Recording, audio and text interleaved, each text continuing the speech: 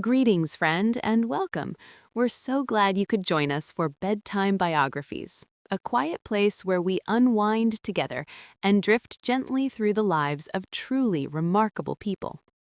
Tonight, our journey takes us to the 19th century.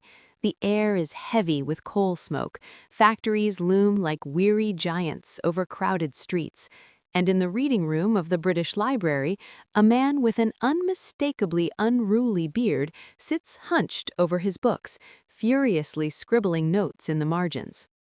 His name is Karl Marx, and his mission is to understand why the world feels so broken and whether it truly has to remain that way. Before we begin, just a brief pause. If these calm explorations of history help you relax, consider liking this video and subscribing. It helps other curious minds find these stories. And we always love hearing from you. Share your thoughts on Marx below and tell us which historical figure you'd like us to explore next. Now, Marxism is a word that gets thrown around a lot. Sometimes it's a slogan, sometimes a scare word, but strip away the noise, and at its heart lies a single question. What if work didn't have to hurt? What if the things we make, the clothes we sew, the food we grow, the homes we build, actually belonged to the people who make them? Marx spent his life chasing that question through exile, poverty, illness, and countless dreadful cups of coffee. History, of course, took his ideas and ran in every direction imaginable. Revolutions, manifestos, governments rising and falling in his name. But tonight, we're not here for the fireworks. Tonight, we meet the man behind the myth. A brilliant, stubborn, deeply human thinker who wanted a fairer world. So, as the day winds down, let us begin. This is the bedtime biography of Karl Marx. The boy who would unmake the world. Our story begins in 1818 in the quiet riverside town of Trier, Germany. Roman ruins crumble gently into the banks of the Moselle River, while vineyards stretch lazily beneath the summer sun. In an unassuming house on Brückengasse Street, a boy named Karl Marx takes his first breath. His father, Heinrich Marx, is a respected lawyer with Enlightenment ideals swirling in his thoughts. Born Jewish, Heinrich converted to Lutheranism, not from spiritual awakening, but out of professional necessity. From him, young Karl inherited both pragmatism and something far more combustible. The Marx household hummed with intellectual life.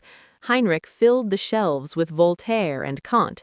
Karl's mother, Henrietta, filled the pantry with Dutch cheese and the air with old proverbs. Karl absorbed everything, the books, the arguments, and the quiet conviction that reason might reshape the world. At the Friedrich Wilhelm Gymnasium, his teachers noticed two things.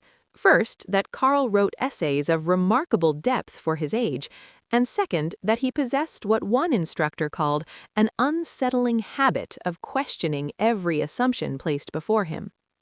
At 17, Karl wrote his graduation essay on the union of the faithful with Christ. The language was conventional, but beneath it pulsed something radical, a belief that humanity was bound together not by dogma, but by shared struggle. Even then, the themes of his life were beginning to surface. His headmaster, perhaps sensing trouble, noted in Karl's leaving certificate that while the student showed brilliance, his work suffered from an overabundance of intellectual energy. Outside the classroom, the Rhine-Raleigh whispered its own lessons. Roman amphitheaters stood beside medieval guild halls, all overshadowed by Prussian bureaucracy. Ancient and modern, sacred and profane. These contradictions piled up everywhere, and Karl would spend his life dissecting them. For now, he was simply a restless young man with dark hair, sharp eyes, and an impatience no amount of Rhine wine could soothe.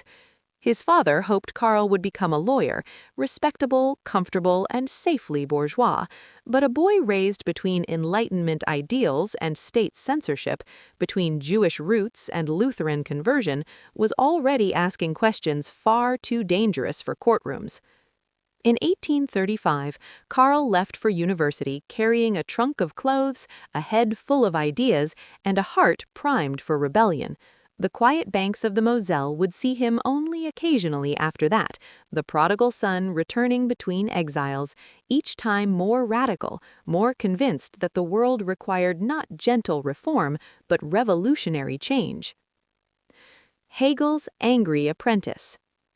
University life arrived like a storm, shaking loose whatever restraint still clung to young Karl. Bonn was loud and unruly, a sharp contrast to Trier's sleepy vineyards. Karl plunged in headfirst, joining poets' clubs, accumulating debts for tailored coats and Spanish cigars, and even spending a night in jail for drunkenness. His father's letters grew increasingly anxious. Your wild rampaging through the nocturnal streets might be excusable in a teenager, but not in a future statesman. But Marx was not meant for statesmanship. In 1836, he transferred to Berlin, trading wine-soaked evenings for Prussian severity. The University of Berlin buzzed with the ideas of Georg Friedrich Wilhelm Hegel, whose philosophy electrified Marx.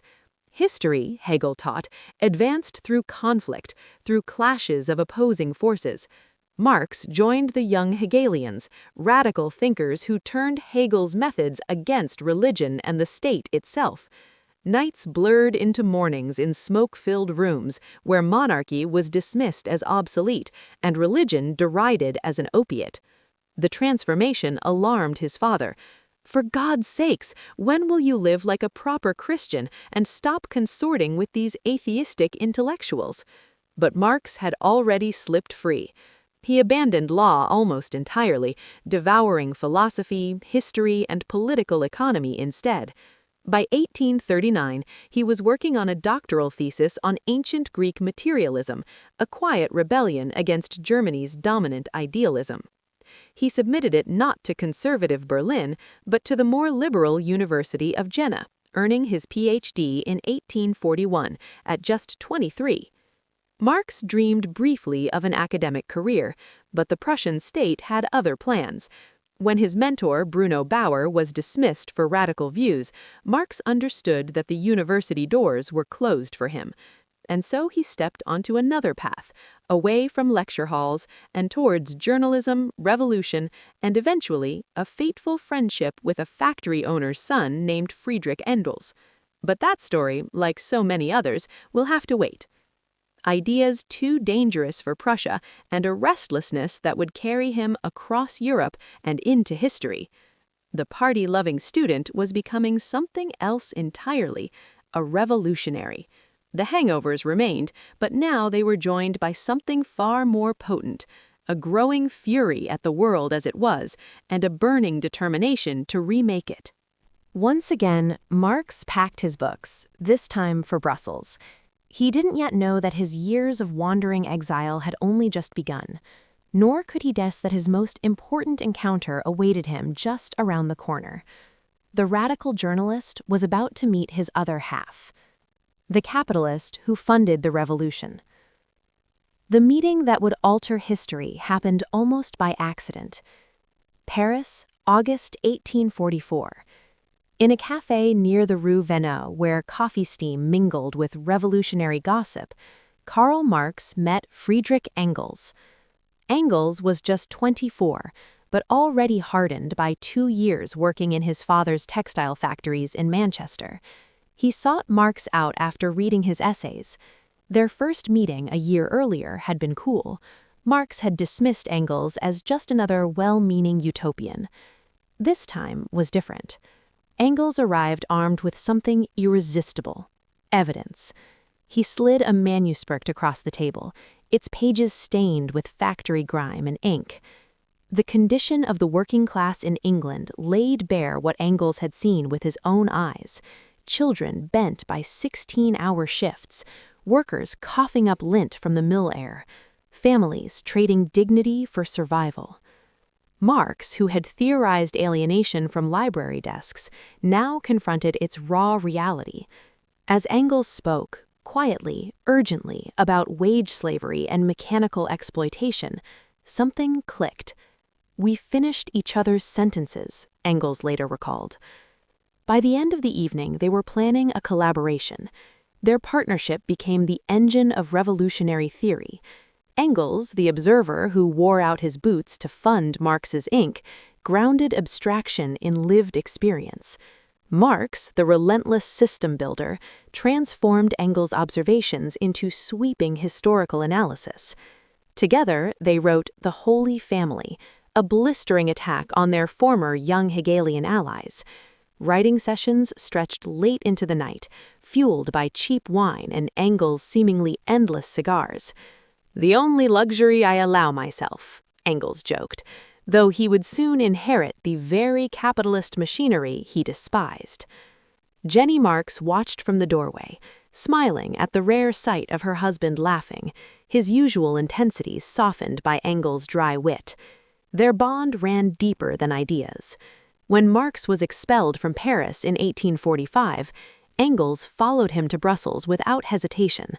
Later, as a factory partner, Engels became Marx's reluctant lifeline, quietly funneling portions of his bourgeois income to a family that publicly denounced the bourgeoisie. Someone had to make money, Engels sighed, and it certainly wasn't going to be Karl. Together, they toured England's industrial slums. Manchester's mills became their classroom. The misery they witnessed hardened their belief that capitalism was not merely flawed, but doomed. By 1847, their ideas had crystallized enough to attract a revolutionary group known as the League of the Just. In a London pub called the Red Lion, Marx and Engels rewrote the League's manifesto into something sharper, fiercer. As Engels read the final draft aloud, the room leaned in. "Workers of the world, unite." It was no longer rhetoric. It was a battle cry, born from Marx's philosophical fire and Engels' first-hand knowledge of exploitation. The theorist and the witness, the rebel and his banker, a partnership forged over cafe tables and factory floors, funded, ironically, by the very system it sought to destroy. 23 pages that shook the world. The League of the Just had whispered about revolution for years, a scattered network of German exiles meeting in London back rooms. But when Marx and Engels arrived in 1847 with their manifesto draft, whispers became a roar. The group renamed itself the Communist League, abandoning secretive mysticism for something bolder, a scientific blueprint for class struggle. That winter in Brussels, Marx's cramped apartment became the League's unofficial headquarters. Jenny Marx poured tea for shoemakers and printers, while her husband paced the floor, dictating passages that would soon echo across the world. Engels, ever the editor, trimmed Marx's dense German sentences into razor-sharp prose. "A specter is haunting Europe," Marx began one midnight, pausing as Engels scribbled a note in the margin.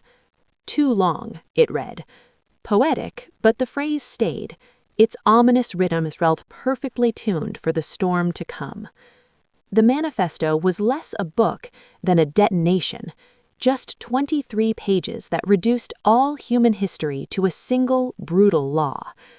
The history of all hitherto existing society is the history of class struggles. It portrayed capitalism as a vampiric system, one that had torn down feudalism with revolutionary force, only to erect a new form of domination in its place. The bourgeoisie was praised for its destructive genius, then condemned for the world it created. The writing crackled with caustic wit. The bourgeoisie has stripped of its halo every occupation hitherto honored. It has converted the physician, the lawyer, the priest into its paid wage laborers.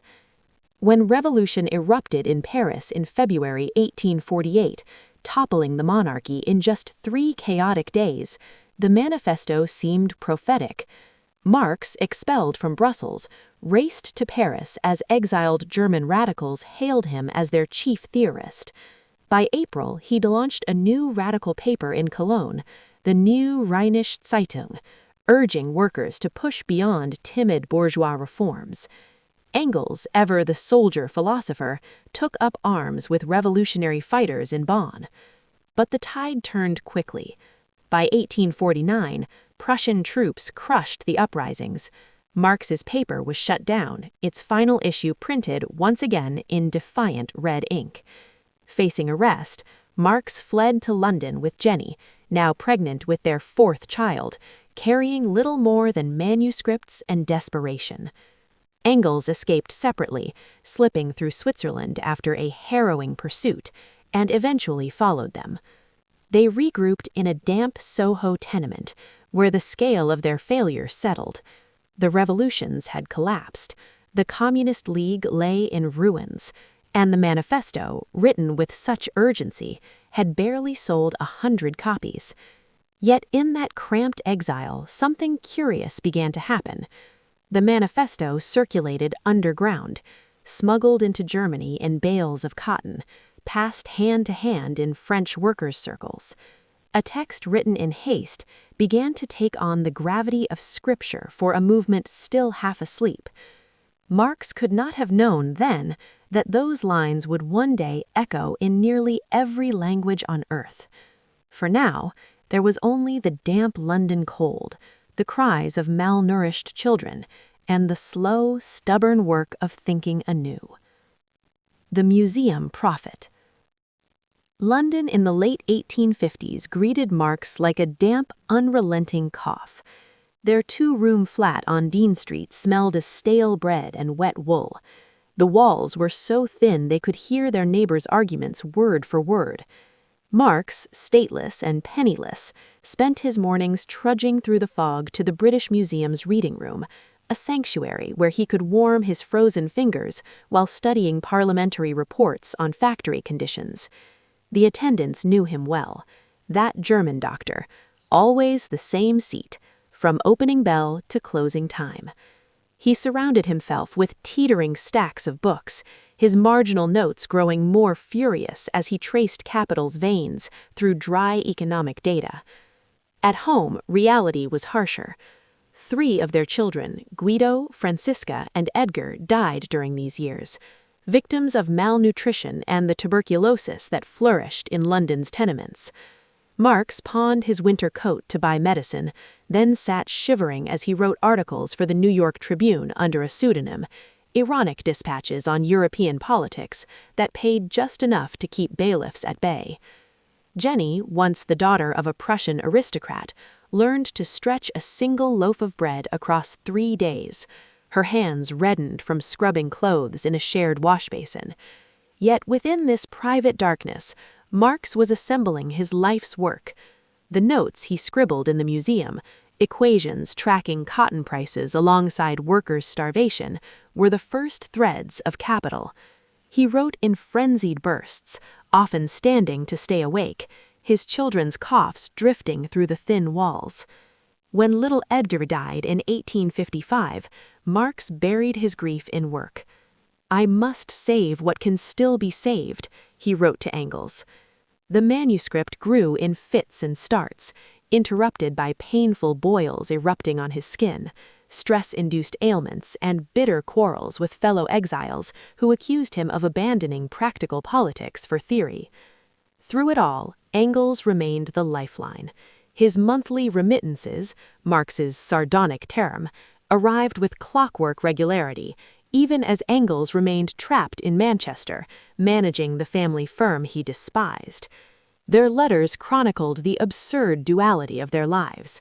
Engels describing textile profits that paid Marx's rent, while Marx detailed discoveries about surplus value. Marx scribbles furious notes for what will become the Civil War in France, capturing the Commune's tragic beauty, even as he knows how this story ends. And oh, does it end. In May, government troops storm Paris with a brutality that shocks even veteran war correspondents. Cobblestones run red as some 20,000 communards are executed in a single week. Women are shot while clutching their children. Prisoners are lined up against the walls of Père Lachaise and executed so efficiently the stone still bears the scars. When the smoke clears, Marx's pamphlet becomes required reading for radicals worldwide. His description of the Commune as the political form at last discovered under which to work out the economic emancipation of labor echoes from St. Petersburg to Chicago. Privately, he is shaken. The workers had their chance and were massacred for it.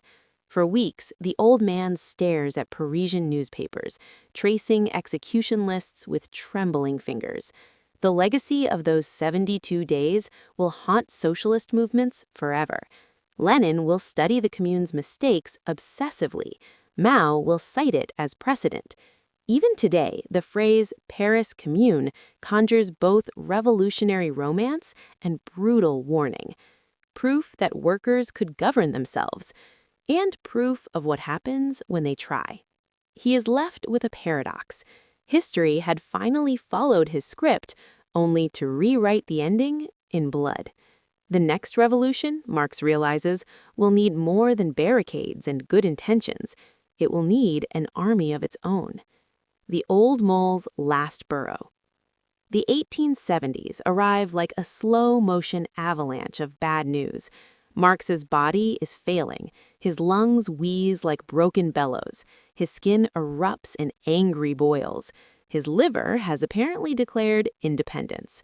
The revolutionary who once wrote about capitalism's inevitable collapse now spends his days discussing his own inevitable collapse with a rotating cast of quack doctors. "I am a machine condemned to devour books," he groans to Engels. And now the damn machine is breaking down. But it's Jenny's cough that truly terrifies him. His wife of nearly 40 years, the Prussian aristocrat who chose exile and poverty beside him, now moves through their London home like a ghost. The woman who once hosted Europe's radicals in her parlor while quietly pawning the family silver can barely climb the stairs without gasping for breath. Marx rereads her old letters when sleep won't come, the passionate notes from their youth, the frantic ones from their early exile. He pretends not to notice the blood-stained handkerchiefs hidden in her sewing basket. Work becomes his refuge. The British Museum attendants have grown accustomed to the sight of the shaggy old revolutionary limping to his usual seat, muttering about that idiot Bakunin under his breath. Volume 2 of Kapital languishes in draft form, a chaotic jumble of equations, historical digressions, and furious marginalia. Typical bourgeois nonsense. Marx has become the grand old man of socialism without ever finishing his masterpiece. Worse still, the movement he inspired is evolving without his permission. German socialists are winning Reichstag seats through elections rather than uprisings. Russian radicals write to him like supplicants at Delphi, asking whether peasant communes can skip capitalism altogether. Even the English press treats him with a strange new respect. The Times runs a profile calling him the most feared thinker in Europe. At least that's better than being ignored. Then comes the hammer blow. Jenny dies in 1881. Marx is too ill to attend the funeral. He lies in bed, listening to the rain patter against the window as they bury the woman who was his first editor, fiercest defender, and last tether to bourgeois respectability. Months later, when he finally visits the grave, he collapses into his daughter Eleanor's arms, sobbing so violently the cemetery attendants look away. "The Moor is dead too," Engels tells friends afterward. The end comes 3 years later, in the familiar armchair by the fire. A housekeeper finds Marx slumped forward, a half-written page on his lap, yet another note on the Russian peasantry. The death certificate lists bronchitis and pleurisy, but anyone who knew him understood the real cause. 40 years of exile, grief, and 16-hour workdays will burn through even the toughest revolutionary. At Highgate Cemetery, Engels delivers the eulogy to just 11 mourners. His name will endure through the ages, he promises. The London papers barely notice the passing of this notorious agitator. The tombstone makes no mention of manifestos or revolutions, only the final defiant call to action. Workers of all lands unite. Back in the empty house on Maitland Park Road, Engels opens the dreaded notebooks. 2 unfinished volumes of Kapital stare back at him in near indecipherable scrawl, the chaotic legacy of history's most meticulous critic of chaos. The old soldier sighs, rolls up his sleeves, and reaches for the whiskey. The revolution, it seems, will need an editor. The prophet's posthumous career. The ink is barely dry on Marx's tombstone when the canonization begins. By the 1880s, Europe, groaning under the excesses of industrial capitalism, is suddenly crawling with Marxists, or at least people calling themselves Marxists. In London pubs, German beer halls, and Russian study circles, arguments erupt about what the old man really meant. Engels, now keeper of the sacred texts, spends his days answering letters from fanatics and skeptics alike. No, he writes for the 100th time to an overeager French socialist, Karl did not predict the revolution would arrive next Tuesday. The movement Marx leaves behind is splitting at the seams like a cheap suit. In Germany, Edward Bernstein argues capitalism can be reformed through parliament, earning the nickname Evolutionary Eddie from his more radical comrades.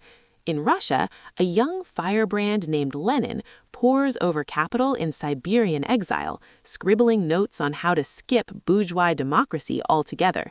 Meanwhile, anarchists and utopians keep trying to claim Marx's legacy, much to Engels' irritation. It's like watching children divide up an inheritance before the will's even been read, he grumbles. By the 1990s, Marx's ideas undergo the ultimate irony. They become respectable. German social democrats win seats using his rhetoric. British Fabians quote him at tea parties. Even the occasional brave professor begins teaching Kapital, usually with the disclaimer that it's purely academic. The books that once gathered dust in warehouses now go through multiple printings. Their margins fill with workers' pencil notes. First editions Engels once hawked like snake oil become collector's items. The real turning point comes in 1895, when Engels publishes Volume 3 of Kapital, a Frankenstein monster stitched together from decades of notes. Critics pounce on its contradictions, unaware they're arguing with a ghost. Marx's predictions of capitalism's collapse seem less convincing amid Europe's economic boom. The old mole has gone blind, sneers one bourgeois newspaper. History, as usual, disagrees. The 1905 Russian Revolution, though crushed, proves workers can rise up. Lenin's faction takes careful notes. By 1914, the movement faces its greatest test. Socialist parties across Europe abandon international solidarity to support their nation's war efforts. Marx's dream appears to die in the trenches. But in Zurich, a certain revolutionary studies the Communist Manifesto and sees opportunity in the carnage. Imperialism is capitalism's highest stage, Lenin writes, giving Marx's theories a fresh coat of paint for the new century. Then comes 1917. When the Bolsheviks storm the Winter Palace, they do it under Marx's banner, literally. His face adorns posters, his phrases fill decrees. The man who lived and died a penniless exile becomes the patron saint of a workers' state. At Highgate Cemetery, someone leaves a wreath on the grave. Your theory became reality. Had Engels lived to see it, he might have wept or face-palmed. This isn't what they envisioned. The revolution comes not in industrial Germany, but peasant Russia. The dictatorship of the proletariat looks suspiciously like a dictatorship. Marx's careful critique of capitalism hardens into state dogma, complete with heresy trials for dissidents. The ghost in the machine is loose, and no one, not capitalists, not socialists, not even the dead philosopher himself, can control where it goes next. Red Scare and theoretical warfare. The 20th century doesn't embrace Marx's ideas so much as wrestle them to the ground in full public view. After the Russian Revolution, his bearded visage goes global, staring sternly from Soviet banners, looming over Cuban billboards, even making cameos in Chinese opera adaptations. Meanwhile, Western governments develop a nervous twitch every time someone mentions dialectical materialism. The Cold War isn't just missiles and spies. It's the most intense book club debate in human history, gone violently wrong. In Moscow, Marx becomes less a thinker than a sacred icon. The Institute of Marxism-Leninism employs hundreds of scholars to produce definitive editions of his work and definitive interpretations to match. Woe betide any comrade who suggests Kapital might contain a contradiction. Stalin, not known for scholarly patience, reportedly keeps a well-thumbed copy by his bedside, though whether he actually reads it or simply uses it to flatten insects remains debated. The West responds with equal fervor: panic, hysteria, and appropriation. FBI agents infiltrated college Marxist study groups only to discover they mostly involved undergraduates arguing about alienation over bad coffee. Hollywood pumped out anti-communist propaganda films where square-jawed capitalists rescued grateful workers from sinister Bolsheviks, never noticing how perfectly this confirmed Marx's argument that ideology exists to serve power. Even Disney joined the fray, producing an animated short in which a cheerful American squirrel outwitted a gloomy Marxist owl. Yet some of the most interesting developments came from thinkers trapped between these extremes. In an Italian prison cell, Antonio Gramsci filled notebook after notebook with theories of cultural hegemony, how ruling classes maintain power not just through force, but by controlling what counts as common sense. In Germany, the Frankfurt School reinvented Marxist critique for the age of radio, film, and advertising, carefully avoiding any suggestion of actually overthrowing governments. Their reward? Being denounced by Stalinists and McCarthyites, a rare case of bipartisan disapproval. By the 1960s, Marx's ideas escaped both the ivory tower and the polling bureau. French students scrawled his phrases across Parisian walls during May 68. The Black Panthers distributed copies of the Communist Manifesto alongside free breakfast programs. Even mainstream economists grudgingly admitted he'd been right about capitalism's boom-bust cycles, if wrong about its imminent collapse. The ultimate irony arrived when Wall Street firms began hiring Marxist analysts to predict the next crisis, proving once again that capitalism could commodify absolutely anything, even its own gravediggers. Through it all, the old divisions persisted. Soviet bloc Marxists dismissed Western revisionists as bourgeois apologists. Western Marxists sneered at Soviet dogmatists for turning living theory into state religion. And actual workers, the people Marx wrote about, often found both camps equally incomprehensible. The prophet who believed history would be decided by class struggle might have been amused to see it devolve into academic squabbles and propaganda wars. Or perhaps he'd just sigh, light another cigar, and get back to work. After all, the contradictions kept piling up faster than anyone could analyze them. Marx goes viral. The 21st century was supposed to bury Marx for good. The Soviet Union had collapsed. China embraced socialism with capitalist characteristics. Even his most devoted followers began nervously updating their resumes. But history, that sly dialectician, had other plans. As the new millennium unfolded, the old theorist staged an improbable comeback, not as a revolutionary icon, but as the patron saint of disaffected millennials, overworked gig workers, and anyone who'd ever stared at their Uber rating with existential dread. The Great Recession of 2008 became Marx's unlikely revival tour. As Wall Street banks collapsed and governments rushed to bail out billionaires, something peculiar happened. Sales of capital surged by over 400%. Suddenly, everyone, from Occupy Wall Street protesters to baffled economist professors, was thumbing through the same dense Victorian prose that had gathered dust for decades. The irony was exquisite. The very financial institutions Marx predicted would self-destruct were now driving people straight to his work. Bookstores reported executives buying copies wrapped in plain brown paper, like Victorian gentlemen purchasing scandalous French novels. Academia followed suit. Gender studies departments revived social reproduction theory, asking who cooks the meals and changes the diapers that keep workers working. Environmental scholars applied Marx's concept of metabolic rift to climate change. Even business schools, those temples of capitalism, grudgingly admitted his analysis of boom-bust cycles might have merit, carefully step-siding the whole overthrow the system part.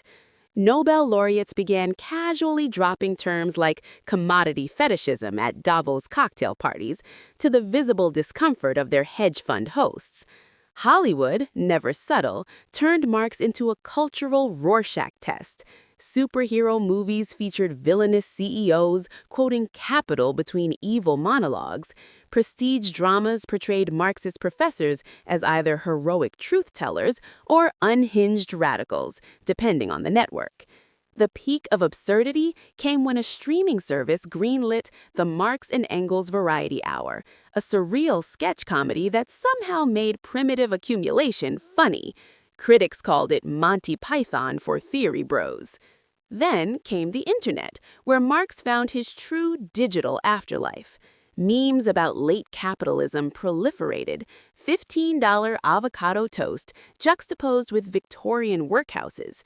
TikTok videos explained alienation through influencer skits. Someone even produced a devastating Marxist critique of cryptocurrency that went viral shortly before the inevitable NFT collapse. The revolution might not be televised, but it was definitely live tweeted. The workplace became Marx's most unexpected battleground. Tech workers formed Marxist reading groups in Silicon Valley break rooms. Amazon warehouse employees circulated dog-eared copies of Kapital alongside union pamphlets. Even Wall Street joined in. Hedge funds hired Marxist analysts to forecast the next crash, proving once again that capitalism could monetize even its own gravediggers. Through it all, the old divisions persisted. Soviet bloc Marxists dismissed Western revisionists as bourgeois apologists. Western Marxists sneered at Soviet dogmatists for turning living theory into state religion. And actual workers, the people Marx wrote about, often found both camps equally incomprehensible. The prophet who believed history would be decided by class struggle might have been amused to see it devolve into academic squabbles and propaganda wars. Or perhaps he'd just sigh, light another cigar, and get back to work. After all, the contradictions kept piling up faster than anyone could analyze them.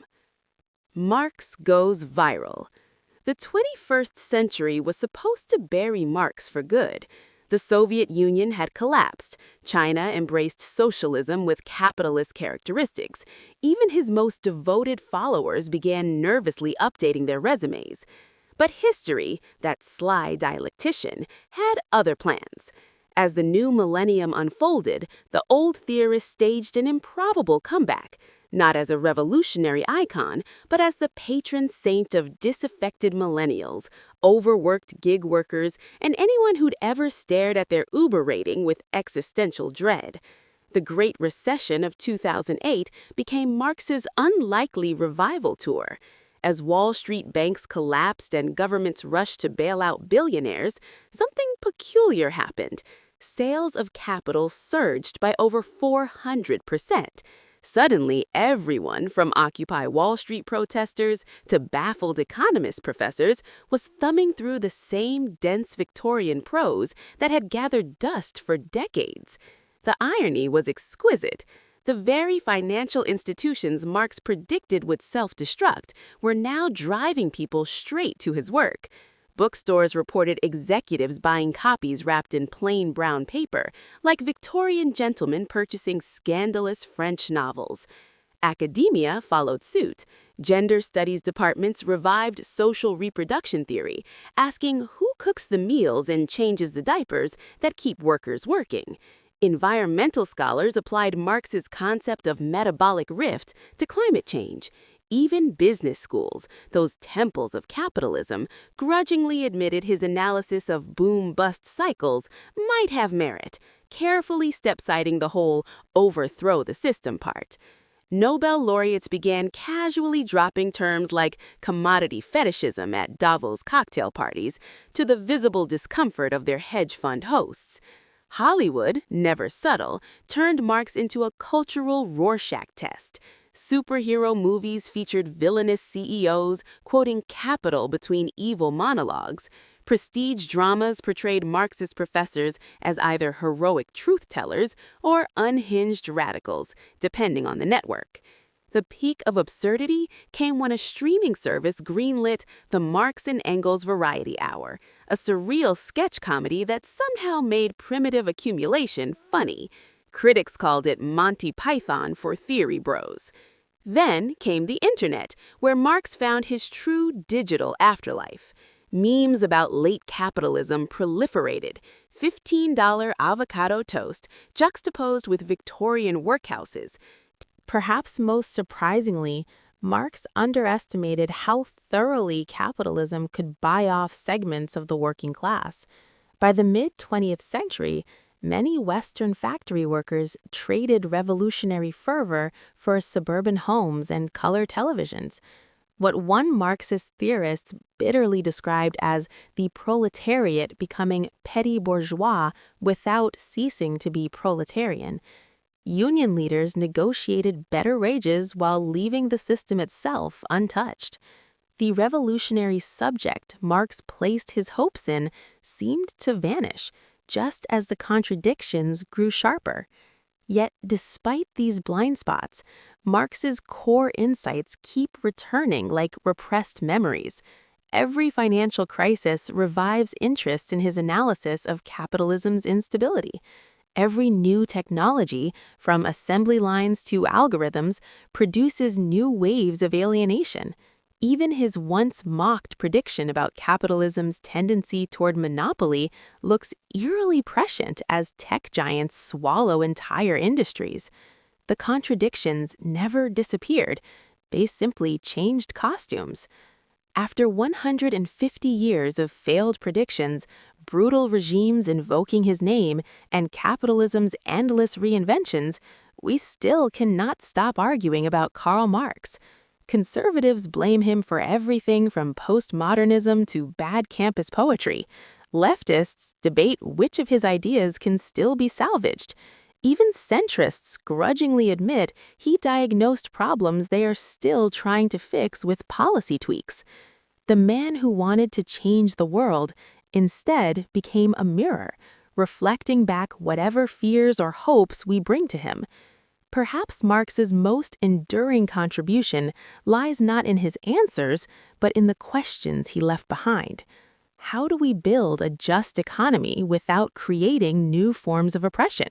Can technology liberate workers instead of surveilling them? Is collective dignity possible without crushing individual freedom? These are not abstract puzzles.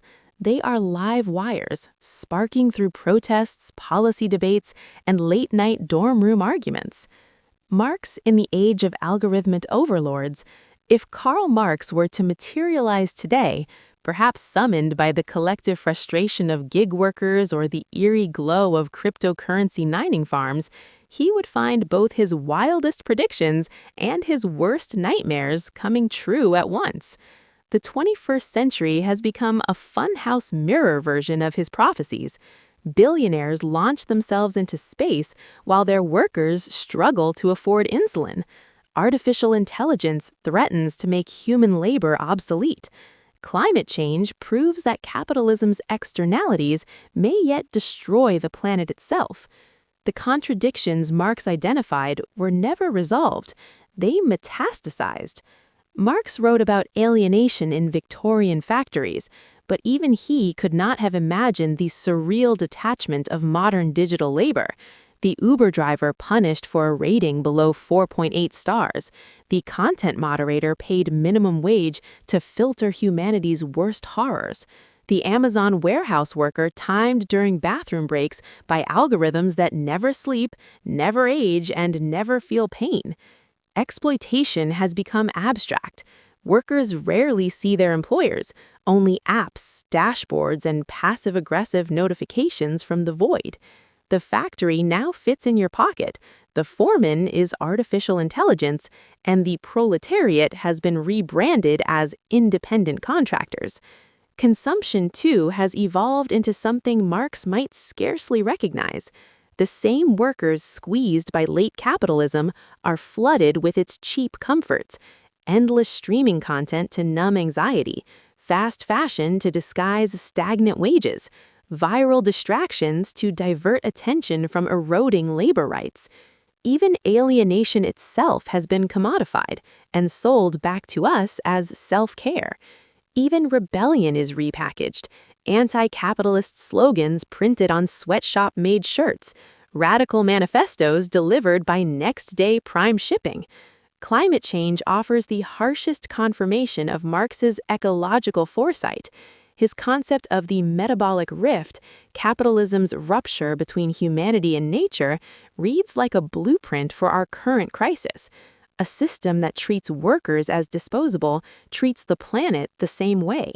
And the cruel irony, those who suffer first and worst are the very working-class communities Marx championed, while the billionaire class builds apocalypse bunkers in New Zealand. Yet our world would also baffle Marx. The working class has fractured into countless identities and interests. Gig platforms replace factories, making collective action harder. Even the meaning of labor blurs. Is a TikTok creator a worker or a micro-entrepreneur?